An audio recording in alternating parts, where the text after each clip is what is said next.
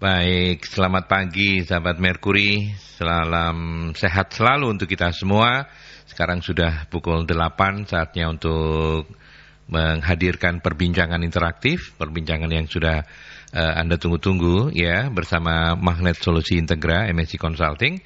Dan senang pagi hari ini kita bisa kembali bersama Bu Novi untuk perbincangan 1 jam ke depan. Dan hari ini topik kita adalah menyiasati program pengembangan karyawan ketika budget dipangkas. Jadi pandemi ini memang membuat semua pihak ya, seluruh stakeholder yang terlibat dalam perusahaan itu harus berpikir lebih ekstra begitu. Bagaimana kemudian tidak mengurangi upaya-upaya untuk bisa melakukan development ke karyawan, tetapi di sisi yang lain juga dengan budget yang mungkin jadi lebih pas-pasan. Nah, hari ini kita akan bicara dengan Bu Novi, dan selain itu nanti juga ada Mas Yuda Karyantoro dari First Obliker. Saya menyapa Bu Novi dulu. Selamat pagi, Bu. Selamat pagi, Mas Aldi. Kabar baik ya? Alhamdulillah baik, sehat, sahabat Merkuri. Kelihatannya makin sehat setelah divaksin. Update ya, update ya. Oh iya dong. Info ya.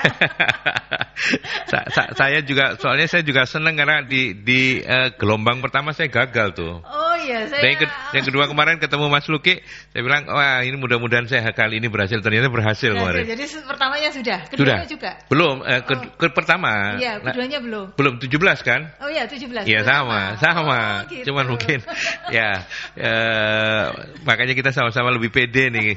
Apa namanya, setelah sekian lama menjaga tetap siaran, tetapi kita tetap sehat ya, Bu Novi ya.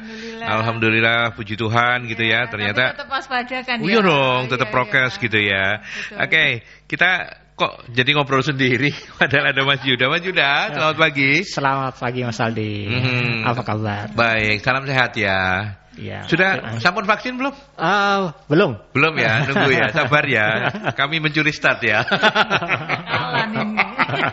Enggak, karena kalau Mas Aldi enggak nakalan sih, memang media. Iya, yang memfasilitasi itu loh, suaminya siapa? Oke, baik. Itu adalah perbincangan awal kita dan menyenangkan. Hari ini saya, Bu Novi dan Mas Yuda akan mengajak Anda memperbincangkan semangat tidak pantang menyerah begitu ya. Benar. Ketika kondisi seperti sekarang ini. Bu Novi, hari ini kita mau bicara apa sih? Tadi sudah disinggung ya, gitu. Jadi bagaimana ketika situasi pandemi saat sekarang ini kan mau nggak mau ya perusahaan itu dalam situasi yang harus survive kayak gitu. Mau perusahaannya bidang apapun menurut saya juga harus survive. Jadi terutama yang terdampak atau semi terdampak gitu ya. Yang tidak terdampak itu kan juga tetap harus hati-hati. Gitu. Kebanyakan kalau yang mungkin kita sama-sama tahu bahwa banyak perusahaan yang karena ini benar terdampak atau setengah terdampak maupun tadi dia juga survive, mau nggak mau ini mereka tetap harus melakukan program pelatihan dan pengembangan karyawan. Karena kalau kita bicara tentang pengembangan karyawan, maka sebenarnya itu manfaatnya itu bukan buat karyawan semata-mata gitu, tetapi sebenarnya itu adalah kepentingan perusahaan gitu ya, atau manajemen seperti itu. Jadi mau nggak mau ini tetap harus dilakukan. Cuman bagaimana dengan situasi yang saat seperti sekarang, ketika banyak anggaran itu dipangkas gitu, maka mau nggak mau kan kita harus lebih kreatif, lebih berpikir ulang bagaimana supaya efisiensi dari sisi anggaran ini tidak mengganggu atau memberikan dampak yang negatif terhadap program program pengembangan karyawan yang sebenarnya nanti tujuannya adalah supaya karyawan kompeten dan kemudian mereka bisa deliver output seperti yang diharapkan oleh perusahaan. Seperti itu. Oke. MSI dengan First Obliker ini sebetulnya sama-sama akap gitu ya. Antar kota, antar provinsi. Tapi tidak pernah nyalip di ini, bisa berjalan seiring. Ini luar biasa. Dan hari ini kita berterima kasih bahwa kemudian Mas Yuda mau hadir, karena selain Bu Novi nanti ada insight juga dari Mas Yuda ya. Betul, karena selain sekarang di perusahaan yang sekarang, beliau juga punya pengalaman yang cukup banyak sebelumnya sebagai training manager di salah satu hotel di Surabaya. Betul. Tadi saya sudah sempat ngobrol itu. Mas Yuda, ceritain dong, boleh promosi soal First Obliker, silakan. Apa itu First Obliker? Oblik itu kita ambil itu lampu zaman dulu itu tuh. Benar. Oblik. Bahasanya oblik. Jadi kalau sekiranya lihat Oblik itu ada logo lampu teplok ya. Tapi yang benar kan Mas ya itu ya? Iya. Itu filosofi dari Oblik ya. Jadi kita menyinari sumber daya manusia di sekitar kita, meskipun itu dengan pelita yang kecil. Nah, itu filosofinya. Luar biasa ya. Jadi di Oblik ini kita mempunyai program bahasa Inggris, khusus bahasa Inggris dengan pelatihan. Jadi pelatihan di bidang hospitality, perhotelan, dan pariwisata, kemudian bisa manajerial, ya seperti communication, problem solving, dan lain-lain. Ya, seperti itu Mas Aldi. Dan sudah cukup lama ya, 2 tahun ya? Sekitar 2 tahun ini. Gimana Mas selama pandemi ini? Kondisi bisnis pasti ada beda gitu ya. Tapi untuk First Obliker sendiri kemudian strateginya seperti apa Mas? Mungkin bisa sharing untuk menyemangati sahabat-sahabat di luar sana juga begitu ya? Ya, selama pandemi ini memang sangat berpengaruh ya. Kita sama-sama survive ya. Kita survival semua di segala lini bisnis. Jadi kita masih wait and see. Mereka masih wait and see untuk melihat pandemi ini sampai kapan sih, gitu loh. Memang semua bisnis itu terdampak, ya. Jadi murid-murid juga banyak yang berkurang karena protektif dari orang tua, iya. Gitu ya. Kemudian pelaksanaan pelatihan itu juga masih ditunda dari beberapa perusahaan karena memang mereka juga sangat protektif terhadap orang luar gitu loh. Gitu loh Mas Adi sekarang. Takut penularan ya. Benar. Oke. Nah sementara tadi disebutkan kalau oblikers itu ada 2 ya. Oblikers adalah murid. Murid itu Oblikers. Jadi nama perusahaan panjenengan apa? Oblik saja ya. Oke, baik. Oblik itu ada 2 ya, ada 2 lini usaha ya. Yang satu kursus bahasa Inggris, yang kedua manajemen training gitu, pelatihan gitu ya. Benar. Nah, kalau yang kursus bahasa Inggris juga so far sih masih bisa gitu ya, Mas. Masih berlanjut. Itu ngomong-ngomong untuk umum atau untuk anak-anak sekolah saja atau seperti apa, Mas? Sebenarnya untuk umum. Tapi most of them dari anak-anak sekolah. Kita buka sudah mulai dari 11 Maret, Semar. Oh ya, Semar ya. Iya, Semar. Gak mendem toh. Iya. Jadi 11 Maret 2019 ya kita buka. Sampai kemarin 2 tahun kita bisnis sudah buka cabang di Krian. Oke, bagus. Cabang kedua di Krian. Ya, insya Allah dalam bulan Juni ini akan kita buka lagi di Triorejo.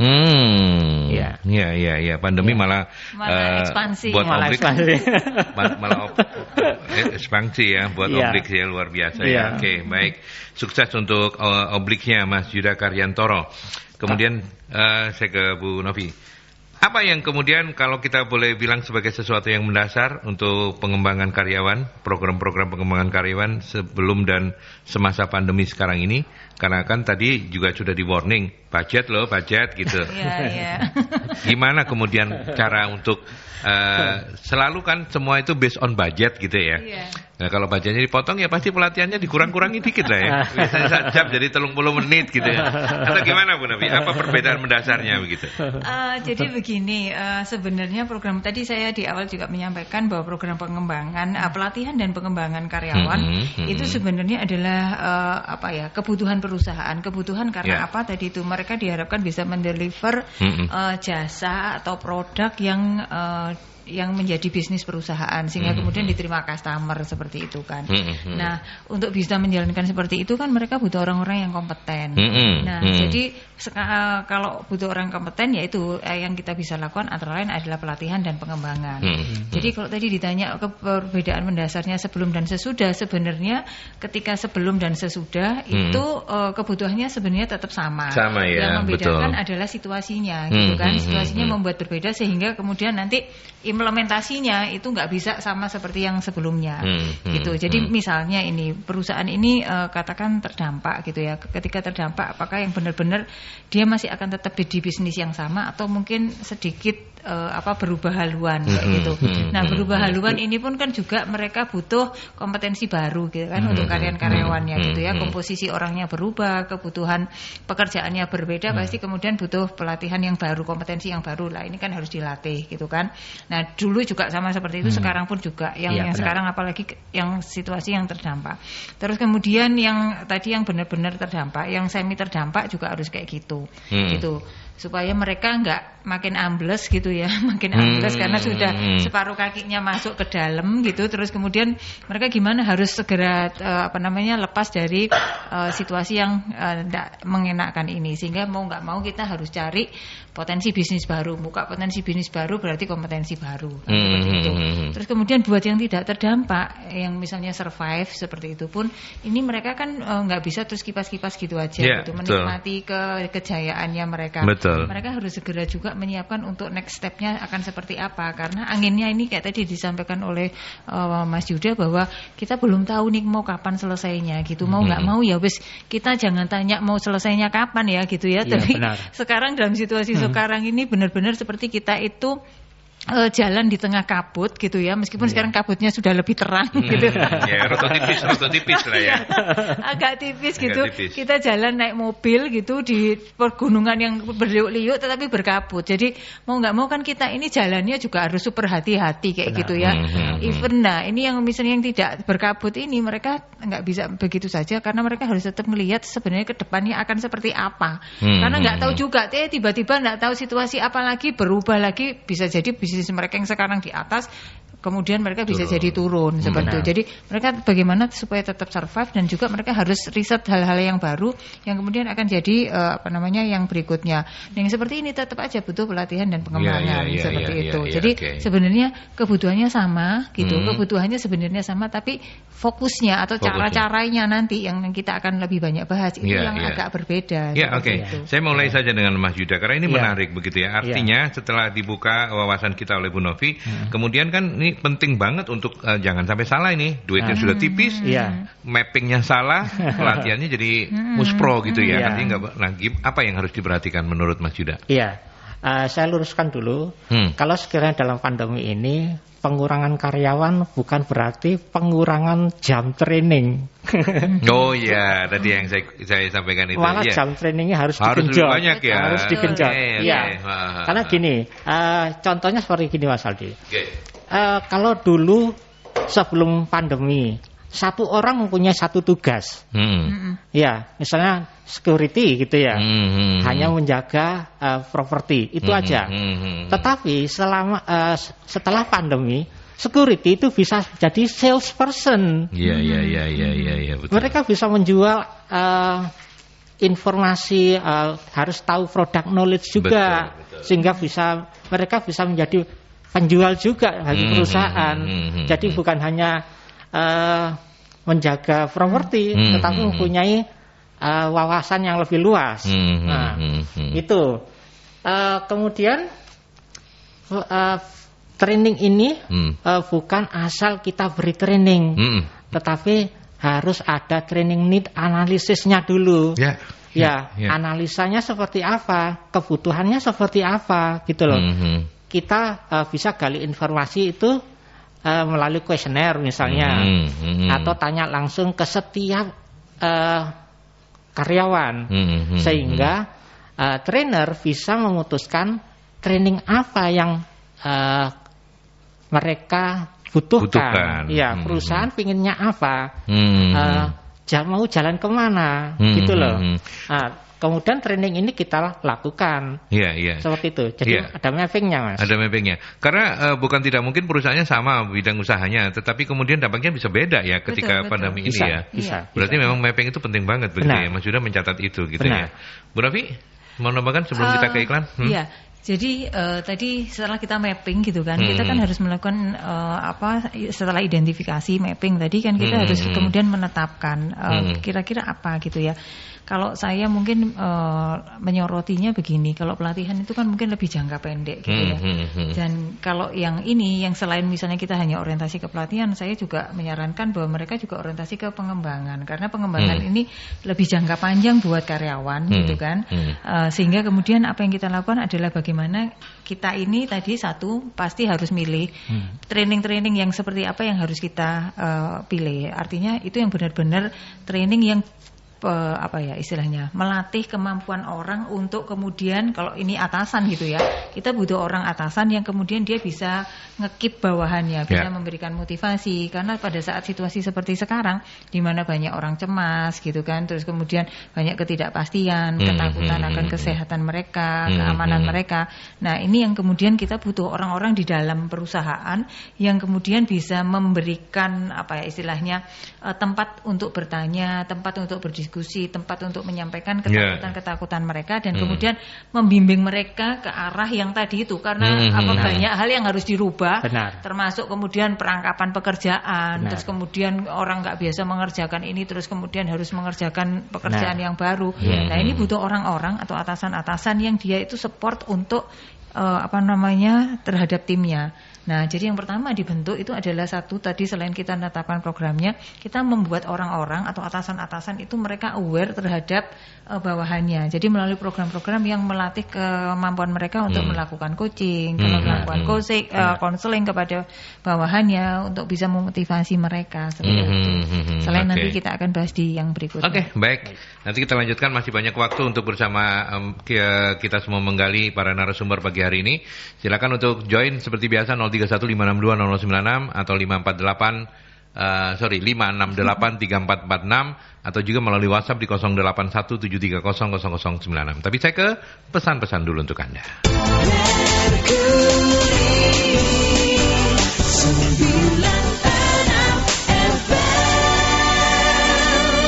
Yuk kita lanjut kembali dialog kita, bincang-bincang santai kita, serius tapi santai ya. Silakan sekali lagi untuk Anda yang mau sharing boleh di line-line yang sudah Anda hafal betul untuk pagi hari ini.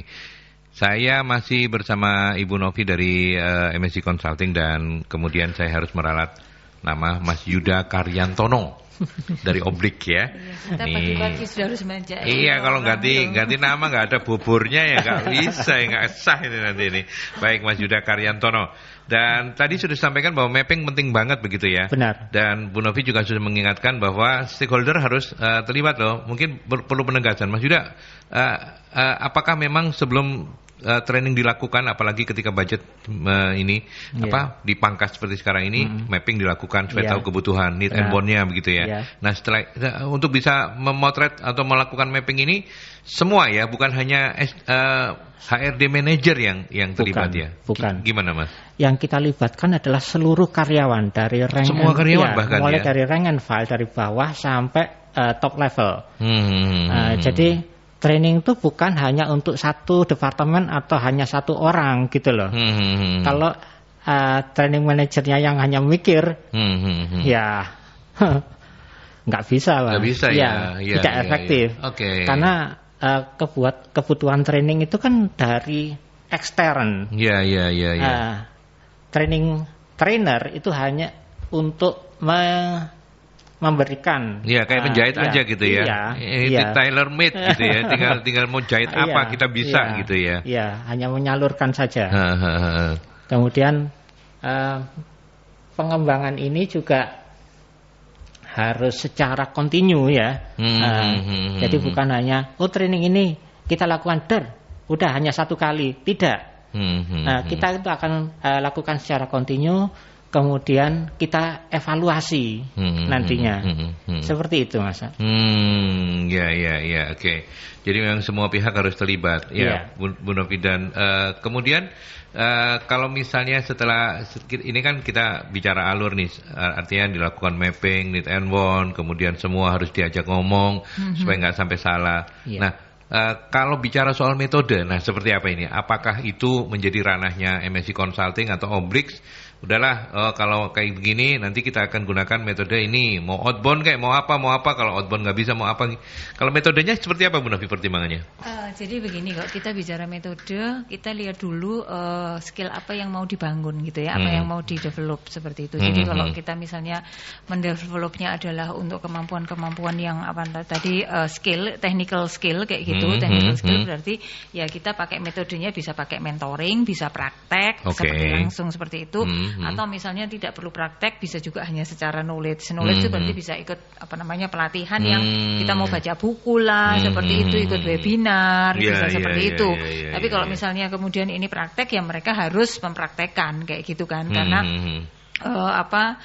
sesuatu yang memang butuh skill atau butuh keterampilan maka mau nggak mau kan harus dipraktekkan gitu. Itu nggak bisa pakai knowledge aja kan, misalnya masang baut, terus kemudian bongkar turbin kayak gitu, terus kemudian ngelas dan sebagainya, itu kan nggak bisa dengan hanya membaca manualnya terus kemudian kita akan terampil seperti itu. Nah itu metodenya seperti itu. Nah kalau kemudian tadi bicaranya kalau skill yang teknis ya, tapi kalau kemudian kita bicaranya yang soft skill gitu, maka kita bisa melakukannya melalui tadi itu bisa pelatihan dalam kelas, bisa juga pelatihan di luar seperti itu. Di dalam kelasnya itu misalnya bisa juga melalui yang online, tetapi saya sarankan untuk blended. Blended itu artinya ada gabungan antara online-nya dan juga offline-nya. Seperti dapat engagement-nya, terus kemudian ya gitu. Jadi karena mau nggak mau kalau training apalagi yang sifatnya itu soft skill itu perlu benar-benar auranya, situasinya ini harus menyatu, supaya kemudian kita dapat engagement-nya, karena itu yang disentuh kan yang di dalamnya gitu kan, sehingga mau nggak mau itu harus dapat kayak gitu. Jadi kalau saya sarankan blended, kalau saat itu blended itu gabungan gitu ya. Jadi kalau situasi sekarang sepertinya ini sudah memungkinkan gitu ya. Jadi kalau misalnya mereka disuruh belajar sendiri lewat kalau sekarang makin banyak learning management system, mereka bisa belajar lewat teorinya di sana, tapi kemudian ketika ini lebih ke pembahasan kasus-kasus, kemudian diminta praktek, yang kayak gitu, sehingga kemudian mereka merasakan. Terus kayak misalnya training-training yang kayak teamwork, kayak leadership, itu pasti juga butuh interaksi. Tapi kalau misalnya kemudian Mas Yuda boleh menambahkan nanti, Bu Novi, kalau misalnya dari pengalaman yang ada ketika di era pandemi ini, perusahaan lebih butuh apa? Training-training yang mungkin sifatnya lebih menguatkan psikologis ya. Atau perlu juga skill di era sekarang yang mungkin penjualannya turun, produksinya juga harus disesuaikan. Nah, kalau dari yang selama ini Bu Novi tahu kebutuhan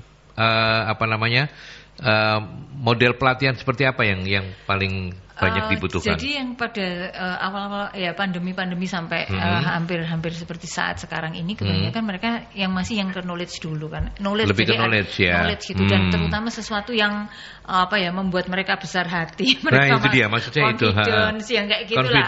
Itu masih bisa diberikan lewat online. Bisa masih seperti itu gitu. Jadi itu masih bisa seperti itu. Tapi kemudian kalau kita makin lama merasa bahwa ini tidak hanya cukup mereka bisa dapat secara pengetahuan ya, tetapi mereka benar bisa mempraktekannya, maka tadi sudah mulai ada permintaan untuk dilakukan secara offline ya. Gitu, sehingga mereka bisa berpraktek, terus kemudian kadang orang itu merasa gini, aduh aku ini sudah jenuh di kantor gitu, jadi benar-benar butuh sesuatu yang berbeda, yang fresh gitu karena mereka kebanyakan juga sekarang WFH gitu kan, sehingga engagement dengan karyawan yang lainnya juga sudah mulai renggang seperti itu, karena kan bisa kerja dari rumah, wes nggak perlu laporan tiap hari ngadep bosnya, nggak harus ngatur-ngatur kayak gimana caranya ngomong dan sebagainya, semuanya kan lebih jadi lebih mudah kayak gitu. Nah, yang seperti itu tuh mungkin training-training yang sifatnya mendatangkan mereka, tapi tetap dengan prokes itu tetap diperlukan sekarang ini. Mas Yuda mau menambahkan? Monggo. Ya, jadi benar apa yang dikatakan Ibu Novi tadi, bahwa pelatihan itu ada online, ada offline. Kita plan, Jadi kalau sekiranya sewaktu knowledge diberikan, memang mereka harus fokus terhadap sequence-nya, atau urutan dari pekerjaan itu. Kalau saya sudah dikuasai, baru dipraktekkan. ya dipraktekkan apakah sesuai dengan sekuensnya itu atau tidak, gitu loh. Dalam kurun waktu praktek itu pasti ada titik jenuh, Nah, titik jenuh ini bagaimana untuk refreshmentnya, ya. Nah, kita lakukan di luar, gitu loh. Bisa mengundang vendor, misalnya gitu ya. Nah, kenapa mengundang vendor itu penting atau perlu? Karena untuk refreshment gitu. Jadi istilahnya out of the box. Jadi keluar dari rutinitas. Iya. Betul. Jadi apa yang mereka terima itu mungkin sudah penuh di kepala. Kita main keluar. Ya. Kita main di lapangan, kita main di tempat yang bukan tempatnya gitu loh. Jadi mereka bisa termotivasi lagi, Jadi mengikis rasa kebosanan di dalam, itu sangat diperlukan. Sangat diperlukan begitu ya. Iya, tetapi yang perlu digarisbawahi adalah durasi. Ya, selama training itu adalah yang penting adalah durasi. Jangan terlalu panjang. Karena bisa apa? Boring ya? Boring. Oke. Ya, apalagi kalau sekiranya di dalam, ya di kelas ya. Ya, kalau di kelas dengan durasi panjang, bisa-bisa mereka ngantuk. Training tidak masuk. Nah, itu yang sangat diperlukan. Ya, itu Mas Aldi. Oke, baik. Saya ke Posko ya. Saya ke Nila. Nil, silakan. Ada pertanyaan dari sahabat-sahabat Merkuri. Ada Pak Danu menanyakan, bagaimana kalau pengembangan karyawan hanya dilakukan di divisi produksi, sedangkan divisi marketing kurang mendapat sentuhan pengembangan? Mohon penjelasan. Kemudian ada Mbak Tia menanyakan, apakah pengembangan karyawan bisa memenuhi harapan perusahaan tanpa adanya tindak lanjut dari pengembangan itu sendiri? Kemudian ada Ibu Dewi, apakah program pengembangan karyawan bisa menjadi jalan untuk menumbuhkan loyalitas pada perusahaan? Kemudian ada Mas Eko menanyakan apa yang menjadi keberhasilan dari program pengembangan karyawan. Aldi. Oke. Thank you Nila. Saya menyapa satu-satu dimulai dari Pak Danu. Matur nuwun Pak Danu sudah mampir di diskusi kita pagi hari ini. Bagaimana kalau pengembangan karyawan hanya dilakukan di divisi produksi? Sementara yang marketingnya itu sepertinya kurang mendapatkan sentuhan kira-kira kayak gitu ya untuk pengembangannya. Mohon penjelasannya. Saya ke Mas Yuda dulu, nanti mungkin Bu Novi bisa menanggapi. Baik. Gimana ini Mas kalau ada kasus seperti ini di perusahaan? Sebenarnya itu bukan tindakan yang bijaksana ya dalam training ya. Jadi training itu adalah hak setiap karyawan. Jadi bukan hanya satu departemen, hanya dominasi satu departemen saja, tetapi bagaimana mereka semua dilibatkan dalam pelatihan. Jadi penting, karena kalau sekiranya hanya satu departemen yang dilibatkan, mereka akan timpang jalannya. Tetapi di sini kan kita membutuhkan teamwork untuk membesarkan suatu perusahaan. Jadi saya sarankan untuk melibatkan seluruh bagian agar ada korelasi, ada engagement itu ya.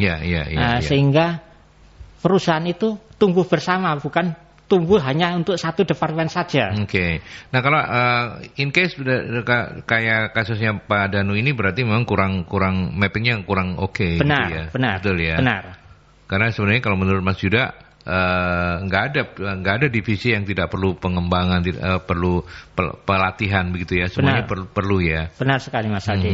Jadi semuanya kita rangkul. Jadi tidak ada departemen kesayangan atau departemen yang lebih diprioritaskan. Karena semua itu memang saling terkait begitu ya. Iya benar. Oke, Bu Novi menambahkan untuk Pak Danu.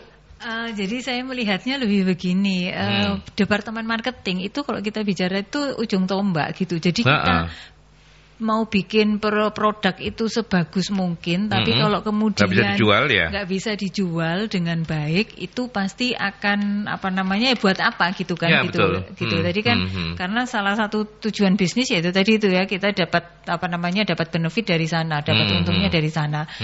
Nah, terus kemudian yang penting lagi adalah satu, ujung tombak. Yang kedua, zaman sekarang jual itu makin susah gitu kan. Apalagi kalau misalnya produknya ini kan sekarang nih, kalaupun misalnya sama-sama masker gitu, makin banyak masker-masker baru yang muncul. Nah ini kan cara jualannya mesti beda gitu, kan, gitu ya. Baik yang sekarang bisnisnya baru masuk di masker atau pemain masker lama, gitu kan. Jualannya ini pasti beda, gitu. Situasinya berbeda, customer-customernya itu loh beda, gitu ya. Kalau misalnya dulu kita bisa jualnya pakai grosir, eceran, cukup ke apotek dan sebagainya. Kalau seperti sekarang, jualan supaya jitu tuh harus kemana, gitu kan. Kita mungkin harus kerjasama dengan departemen tertentu, misalnya dengan dinas kesehatan, dengan instansi apalah yang kemudian itu. Nah ini kan butuh keterampilan baru, keterampilan networking, keterampilan bicara dengan kalau dulu misalnya kita cukup datangnya ke toko-toko atau ke distributor, sekarang harus ke pemerintahan, menghadapi orang pemerintahan itu gayanya beda, cara berkomunikasinya kalau enggak benar itu ya kita nggak bisa goal kan seperti itu. Jadi ini yang pentingnya kenapa departemen ini harus juga, marketing ini juga harus jadi perhatian. Benar bahwa semua departemen harus dapat, tetapi kenapa ini harus ikut? Ini kita harus Pak Danu menurut saya harus bisa meyakinkan sama ownernya atau direksinya bahwa ini juga penting gitu loh. Seperti itu karena ini dengan situasi yang sudah sangat berbeda, justru keterampilan-keterampilan baru untuk sales ini juga diperlukan. Salesnya misalnya kalau misalnya dulu cuma hanya berdasarkan riwayat penjualan aja gitu. Nah kalau sekarang kan nggak bisa seperti itu gitu. Sudah nggak bisa dipakai riwayat ini historis, data historis ini sudah nggak bisa dipakai prediksi lagi gitu. Berarti gimana caranya gitu? Kalau jualan sekarang berarti harus seperti apa? Nah cara-cara seperti ini, analisa data gitu kan.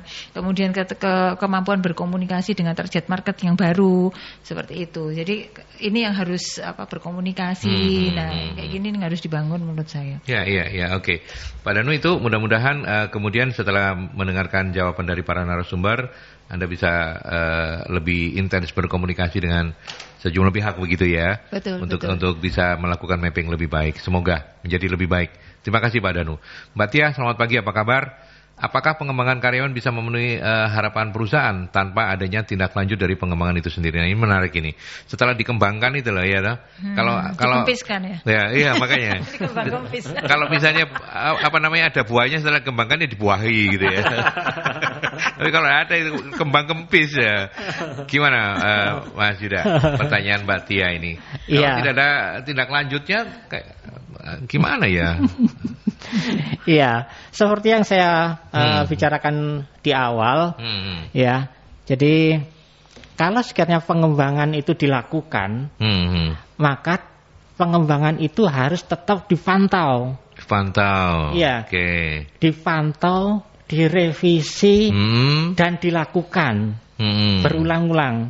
Jadi bukan hanya dikembangkan saja tanpa adanya evaluasi. Nah, dari pengembangan itu kan kita bisa mengerti pergerakan dari zaman ke zaman.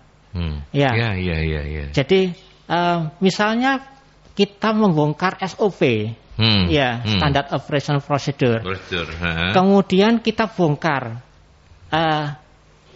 kita CCP yang baru sesuai dengan zamannya sekarang. Kemudian apakah SOP itu masih berlaku untuk tahun depan? Saya rasa tidak mungkin, gitu loh. Jadi evaluasi adalah bagaimana caranya pengembangan itu dilakukan secara terus-menerus mengikuti perkembangan zaman, gitu Mas Aldi. Oke.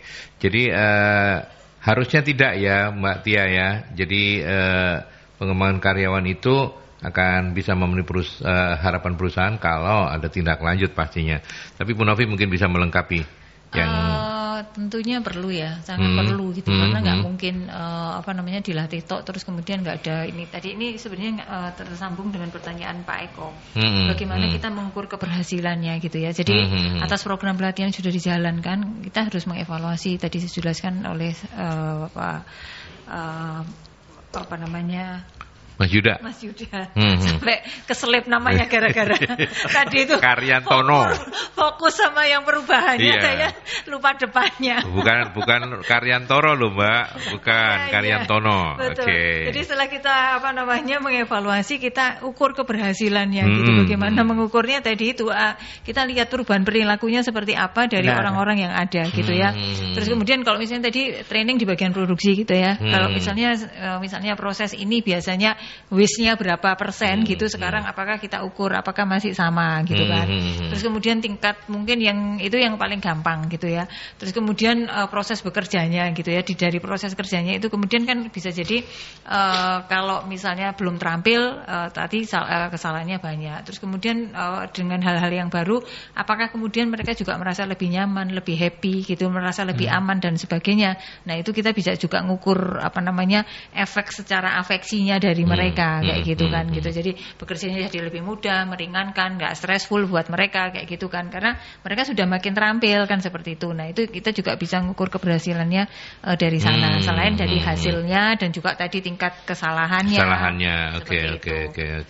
Terus tadi kalau apakah perlu tindak lanjut, terang saja karena perusahaan ini kan nggak mau jalan hanya sekitar 1-2 tahun yang akan datang atau hanya mau lewat krisis ini, maunya kan pasti berkembang, pasti sustain gitu. Jadi pengembangan ini harus dilakukan follow up-nya atau tindak lanjutnya, karena tadi itu kita akan mengembangkan kompetensi orang yang siap untuk berperang lah gitu ya dengan kebutuhan perusahaan yang akan datang, yang nantinya kalau kita mungkin sebelum kemarin pandemi kan kita tuh sudah di ini revolusi 4.0 dan sebagainya.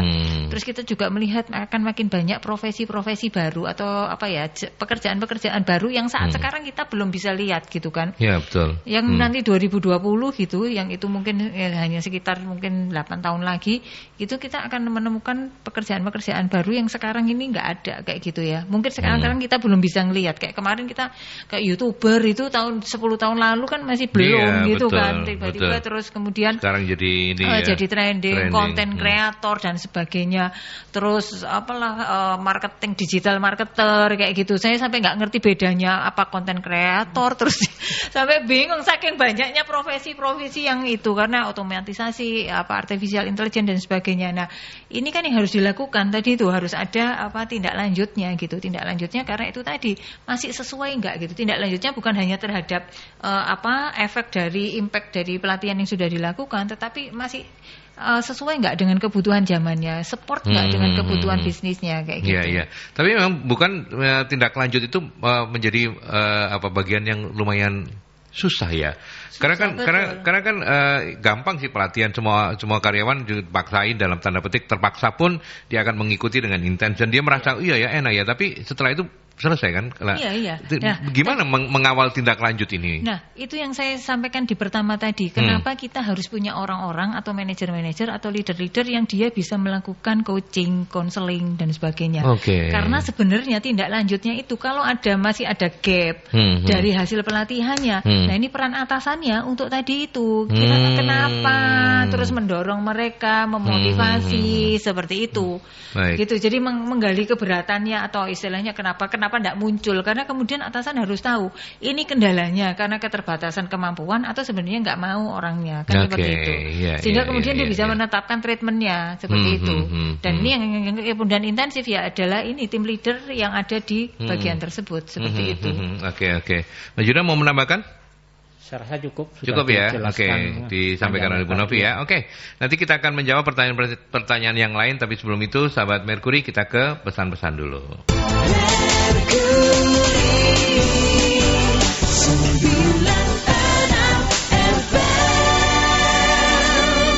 Masih ada Mas Eko dan Ibu Dewi. Tadi Mas Eko sudah disinggung-singgung oleh Bu Novi, apa yang menjadi keberhasilan dari program pengembangan karyawan. Saya ke Mas Yuda. Mas Yuda, monggo dilengkapi jawaban untuk Mas Eko. Apa sih sebenarnya kalau kemudian kita ingin mengukur keberhasilan dari program pengembangan karyawan itu?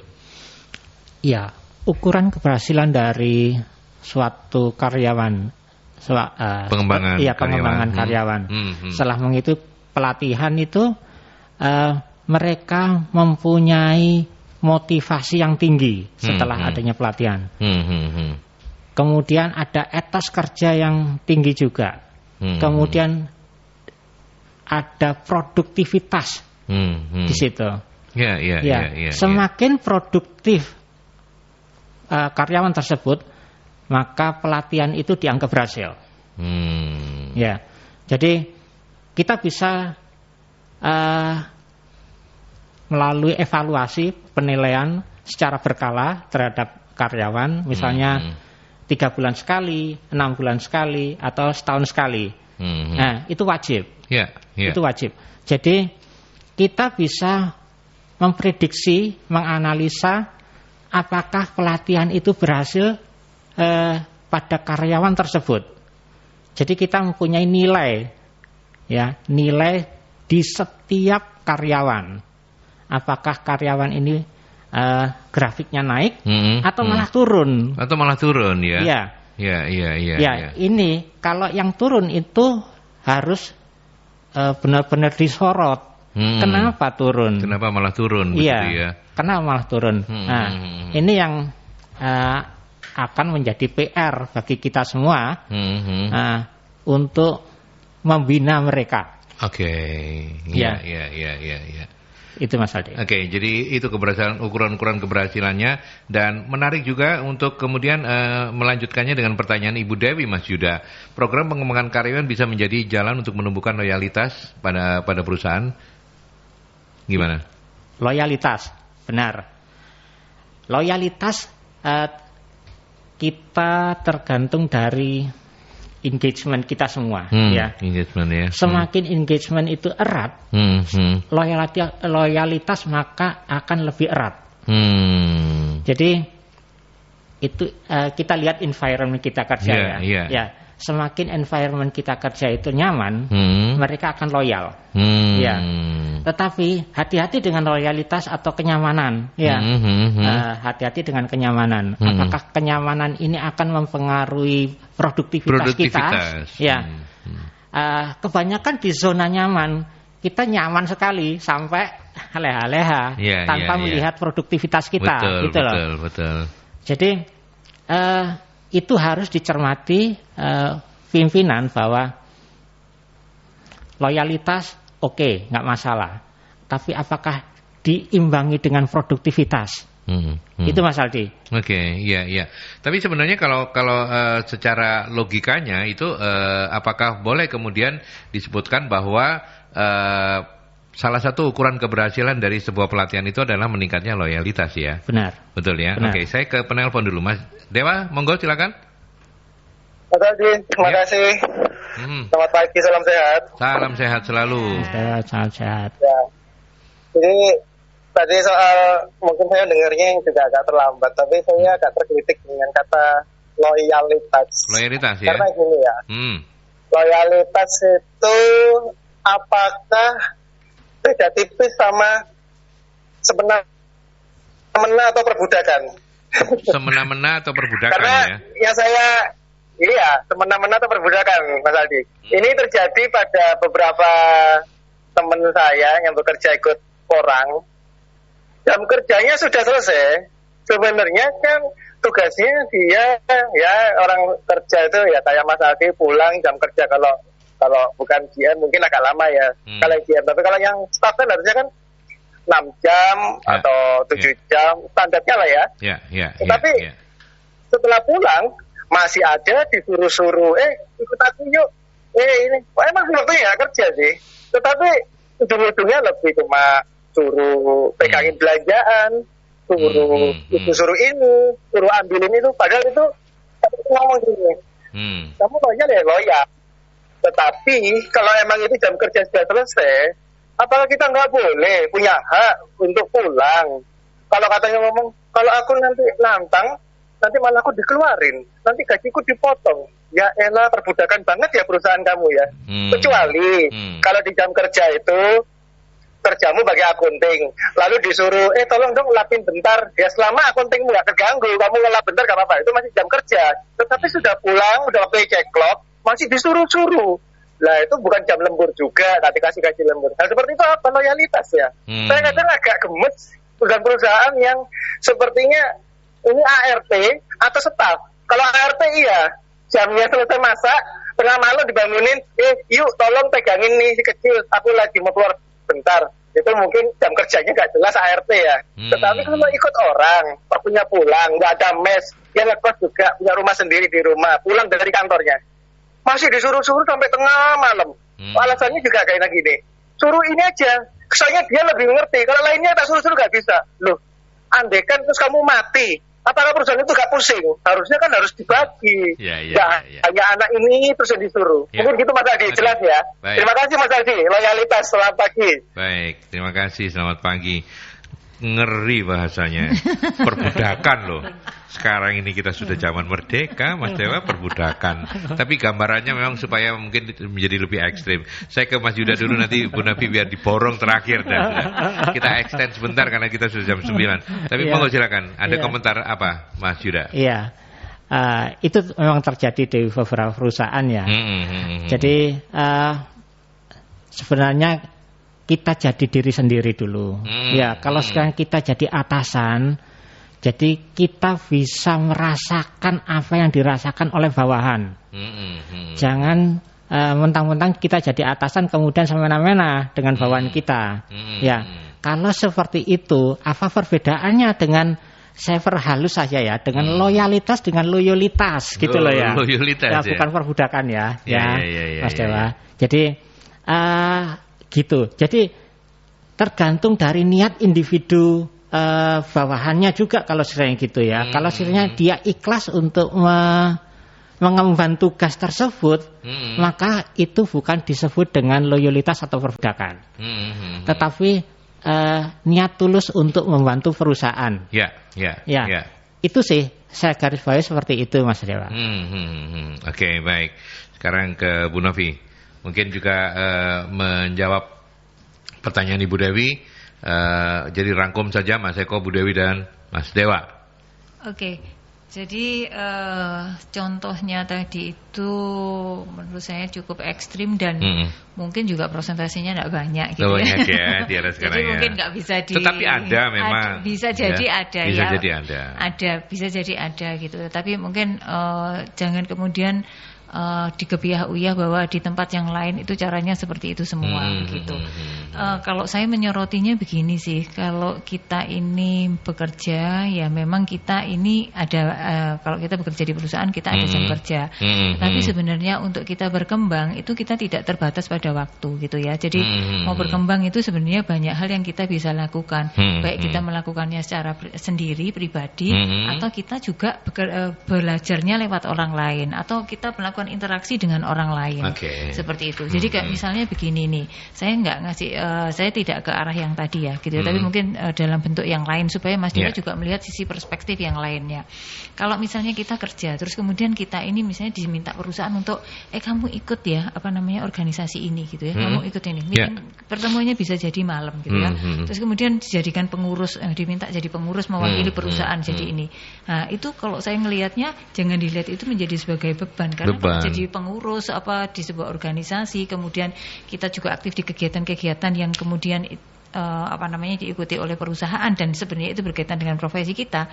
Itu sebenarnya dampak positifnya itu ikat kita kok gitu. Melekatnya ke pribadi kita gitu. Jadi dan jangan dilihat itu sebagai beban kalau menurut saya. Kalau jadi beban sejak awal katakan saja gitu, sampaikan saja kepada pimpinannya gitu kalau dia nggak bersedia. Tetapi lihatlah itu sebagai sebuah peluang untuk bagaimana kita ini bisa maju, kita berkembang, kita ketemu orang banyak, kita interaksi dengan orang banyak. Itu ya dengar inspirasi saya pagi ini ketemu Mas Yuda, ketemu Mas Aldi yang sudah lama tidak ketemu gitu. Itu sih rasanya banyak hal yang kemudian saya jadi dapat insight yang kemudian bisa saya pakai untuk hari ini atau hari-hari yang akan datang kayak gitu. Itu ketemu baru interaksi. Belum kalau kemudian kita sama-sama melakukan sesuatu gitu ya. Terus kemudian kita punya ada proyek yang harus kita kerjakan meskipun itu susah, meskipun itu kemudian kita lembur-lembur melean dan sebagainya. Nah, itu efeknya, impactnya itu melekatnya ke kita sendiri kok gitu loh. Jadi jangan ngelihat bahwa itu sebagai beban gitu. Jadi kalau masih ada orang yang bekerja terus kemudian masih ngitung, kemudian ngitung artinya itu ngitung sesuatu yang kemudian aku nek wis kerja ya aku mau pulang ya. Ya Anda cari tempat bekerja yang begitu, yang tidak memungkinkan Anda berkembang. Yang ya wes yang segitu aja gitu loh. Karena sebenarnya kita mau digaji atau dihargai orang itu sebenarnya tergantung dari apa yang sebenarnya kita bisa lakukan, kita tampilkan ke orang lain dan juga pastinya memberikan kontribusi ke perusahaan. Kayak gitu. Jadi kalau tadi contoh ekstrimnya yang lain seperti itu, saya memberikan contoh ekstrim yang lain yang sebenarnya itu positif gitu. Kalau ada yang seperti itu ya mungkin disampaikan saja. Kalau memang kita ini nggak bisa harus sampai tengah malam gitu. Tengah malam itu setiap hari kayak gitu. Terus membawa yang barang yang remeh-temeh seperti itu kan ya cara kita menyampaikan lah kayak gitu. Cara kita menyampaikan gitu. Rasanya kalau anak zaman sekarang pun itu nggak gampang-gampang dia menerima seperti itu gitu. Pasti dia bisa menyampaikan lah dengan cara yang baik seperti itu. Kalau anak-anak sekarang itu berani-berani ya. Kalau gitu mereka nggak cocok sama ininya, cocok langsung ditolak gitu, begitu ya. Ditolak gitu. Makanya nggak ada perbudakan ya. Tapi saya mengerti semangatnya Mas Dewa adalah untuk bisa mengekstrimkan kondisi gitu ya. Ada situasi-situasi yang memang bos itu ya mungkin ini di perusahaan-perusahaan yang relatif masih kecil, keluarga gitu ya. Artinya hanya melihat karyawan itu bukan sebagai aset tapi ya sebagai ya memang kayak begitu tadi mungkin. Kira-kira kayak gitu. Satu lagi Mas Aldi. Dan ini menjadi closing statement. Saya juga ingin menambahkan Mas Yuda apa yang harus di underline dari diskusi kita hari ini. Monggo setelah yang satu tadi itu, monggo satu dulu. Iya. Menggarisbawahi pernyataan Mas Dewa tadi. Kalau sekiranya kita bekerja dengan orang lain 12 jam itu mungkin kita berat ya. Tetapi kalau kita usaha sendiri waktu Anda 24 jam. Itu. Ini curcol nih. Curcol. Itu kenyataan itu. Ya. Kalau 24 jam apakah kita mengeluh? Kita mengeluh ke siapa gitu loh. Betul. Tapi untuk bisa tadi 24 jam mesti latihan kayak tadi dulu. Oh iya. Tetapi kan kemudian Oblik juga sudah membuktikan bahwa ada cabang di Krian, ada cabang benar di Triorejo, di Triorejo dan di Krian. Iya. Nah, sudah ada 2 cabang. Itu kalau nggak 24 jam nggak mungkin. Iya. Ya kan dari bangun tidur sampai bangun lagi pikirannya oblik terus. Iya. Handphone 24 jam 24 online jam. On gitu ya. Bukan 12 jam loh ya. Iya betul 24 jam ya. Jawabnya nanti nunggu udah bangun ya. Iya. Oke, Mas Jura apa kemudian closing statement Anda terkait dengan pengembangan karyawan penting tapi budget mesti dipangkas, apa yang mesti harus di underline? Kita harus niat satu, niat untuk belajar, niat untuk mengembangkan diri, itu. Kemudian konsisten dengan niat itu. Setelah konsisten kita lakukan, kita lakukan. Itu adalah hal yang terakhir kita lakukan. Kalau kita tidak melakukan, buat apa? Hanya pemikiran gitu loh. Tanpa kita melangkah. Satu langkah pertama adalah langkah yang paling berat dan paling utama untuk menuju sukses kalian. Itu. Baik. Kalau Bu Novi apa? Kalau saya Saya jaga kesehatan. Jangan lupa vaksin.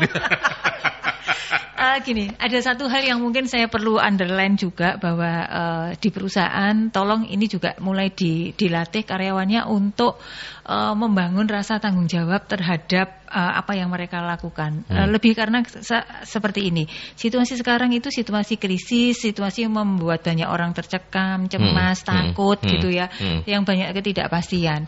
Sehingga dalam situasi seperti ini kita ini orang itu akan lebih mudah untuk berpikir pesimis, mundur kayak gitu kan. Terus kemudian mereka lupa untuk melihat bahwa di setiap krisis itu ada selalu ada peluang. Opportunity ya. Selalu ada peluang. Jadi bagaimana melatih karyawan untuk tadi itu selain mereka ini satu berpikir kritis, untuk kemudian mereka juga merasa bertanggung jawab terhadap apa yang mereka kerjakan. Minimal di pekerjaannya supaya kemudian itu tadi di pekerjaan yang sekarang ada, apapun kondisinya mereka harus bisa melihat peluangnya. Karena kalau kemudian setiap orang itu bisa punya attitude atau mindset yang seperti itu, maka akan luar biasa bagaimana perusahaan ini tumbuh dan berkembang. Begitu, artinya karyawan itu bukan hanya orang yang mengeluh, kemudian takut, kemudian sekarang minta kepastian gitu ya. Jadi kalau sekarang ini karena ada Undang-Undang Cipta Kerja yang baru, itu kemudian anak-anak itu jadi mempelajarinya seperti apa, dan kemudian itu tadi mereka akan menuntut itu dari perusahaan demi menjaga ini. Nah, perusahaan di satu sisi memang kita akan berusaha memenuhi, tetapi itu tadi jangan dilupakan bahwa kita perlu melatih mereka untuk kemudian selalu punya tanggung jawab terhadap apapun yang kerjakan. Mereka melihat peluang di balik situasi yang sekarang ada. Sehingga kalau itu kemudian sudah melekat ke masing-masing orang, akan menjadi sesuatu yang luar biasa, karena masing-masing orang ini benar-benar bertanggung jawab terhadap apa yang mereka kerjakan, yang notabene-nya nanti kalau dikolaborasikan ini untuk perusahaan. Ya, dan itu menjadi lebih mudah begitu ya.